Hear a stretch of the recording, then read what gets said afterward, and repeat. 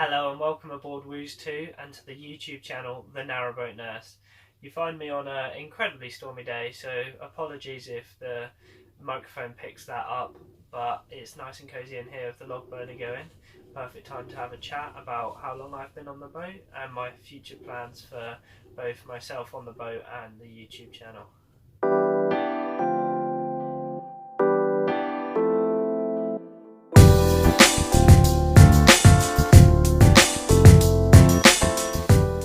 So I've owned Wooz 2 for 12 months now and living aboard for 6 months. Bought her February last year, 2018, and spent the first 6 months redoing the entire inside, blacking the boat, loads of mechanical and engineering work with her. My parents are amazing, they helped out so much on the weekends as well. We put over 400 man hours into the boat and did most of it, 99% of it, by ourselves. So absolutely brilliant experience and great fun, but also a lot of hard work. I want to do a whole video about the process, what we did, what we changed. I don't have much video from that time, but I've got a few still photos and I can show you from the insides of the boat what's changed. We plan to finish all the big work on the boat by the end of June, which would coincide with the end of my studying for my nursing degree and allow me to have the summer before starting my new job in September, cruising the canal system. So everything went to schedule and we finished pretty much the last weekend of June, and I moved aboard starting my cruising the first week in July. So I started my journey on the narrowboat on the slough arm of the Grand Union Canal at Iver Boatyard, where I'd done all the maintenance work. From there I travelled down the slough arm to join the main Grand Union, turning left and heading north through Uxbridge and then up to the Hillingdon Outdoor Activity Centre area, where I spent my first night on the boat. From here the canal tended to travel through the suburbs of London. I picked the more rural moorings to stay the night at, but the canal overall was still very pretty. Hampstead train station is in a handy location to be able to use the train to pop back home. Milesworth passes with both the arms of the Wendover and Aylesbury Canal. The canal continues north, passing Grove, Leighton Buzzard and Stoke Hammond. The Grand Union for 13 miles then passes through Milton Keynes. The aqueduct over the Greater Oust River quickly follows Milton Keynes.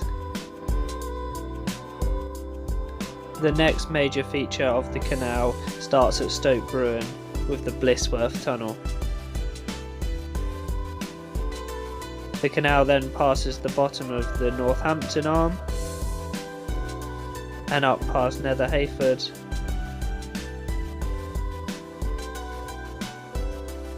to Norton Junction. The Braunston Tunnel soon looms into view.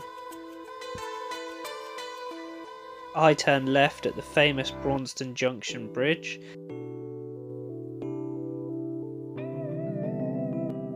I then turn onto the Oxford Canal at Wigram Turn Marina and start heading south. Marston Dolls passes.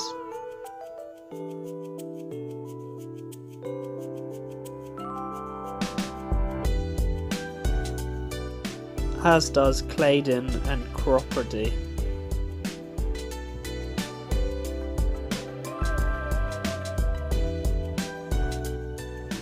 Banbury is a brief urban stretch in an otherwise quite countrified canal.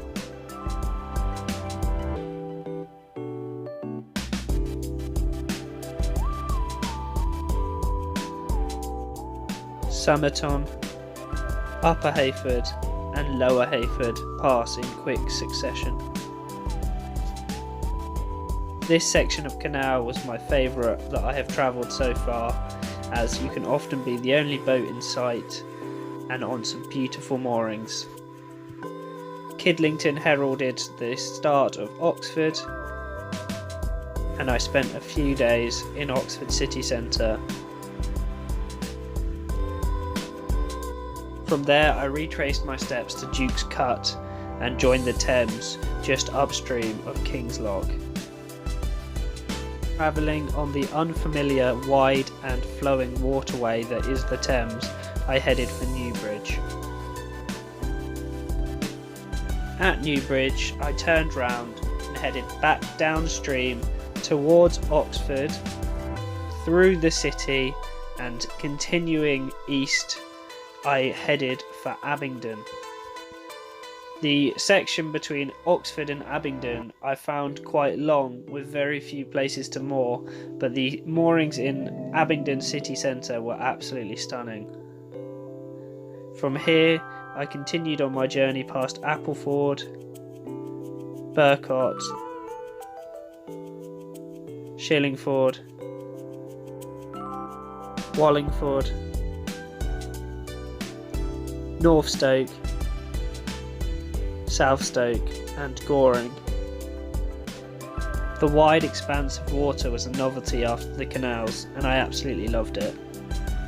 Heading through Reading was a little bit urban for my taste, but I soon passed it on my way to Henley-on-Thames. Henley was my final destination on the Thames, and I turned round there and headed back up the Thames towards Oxford again. Overall, it was a great trip and I loved every day of it. From November, the canal system tends to go into hibernation for a bit over winter, generally from the 1st of November until the end of March. So I have been on a winter mooring for the last 4 months and it's been lovely. I've been in a great spot and it's been amazing, but I have missed being out on the canals and moving about. I've done a few trips over the winter, but mostly stayed in one place. With the beginning of March, my mind turns towards cruising again, so I've got quite a few jobs I need to get going with before I start again in April. I plan on moving the 1st or 2nd of April, heading back south down towards Oxford to be nearest my job, and it's a lovely section of canal. I've got a whole host of jobs to be cracking on with, from getting rid of all of my clothes that have kind of built up over the winter. I need to empty my top boxes again with stuff that's built up over the winter and I haven't been moving. I need to reballast my boat. As an eagle-eyed viewer on my last vlog noticed, my boat does list very heavily to the left-hand side. I need to sort out my second water tank, which I use when I'm out on the cut because I can store more water that way. I tend to stay stationary for about 1.5 to 2 weeks, so I can get through the water quite a lot in that time.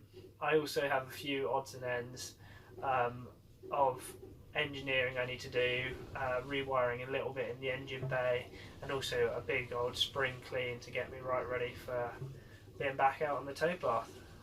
So when I do get moving, I'm planning on heading south down the Oxford, beautiful section of the canal, and then down onto the Thames. I'll probably move every 2 weeks on the Oxford and take about 2 months, 3 months maybe. We'll see how long I want to stretch it out for, and then do the summer on the Thames again. I absolutely loved it last year, so I plan on getting back down there for the nice weather.